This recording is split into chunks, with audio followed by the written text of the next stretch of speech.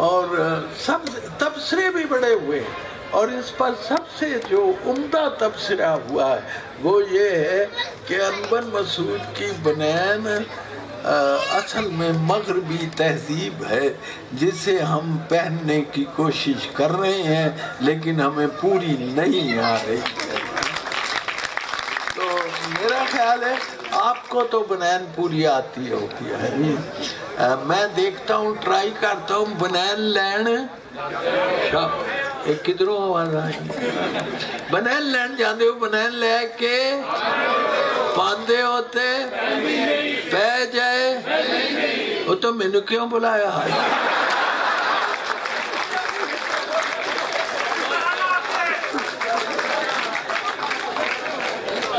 بنین لین جاندے ہو، بنین لے کے آندے ہو، پاندے ہو تو پہندی نہیں، پہ جاتے لیندی نہیں، لے جاتے دوجی واری پان جوگی نہیں، بنین میں دے آنگا بیان موکل لین دے، بنین میں دے آنگا پاؤ کتے پہ جائے، لاؤ کتے لے جائے، لے جاتے دوجی واری پان جوگی لے جائے، بنین میری بدی یا بنین میری ٹاپ دی، وڈیان پوری آوے نکیاں دے نافتی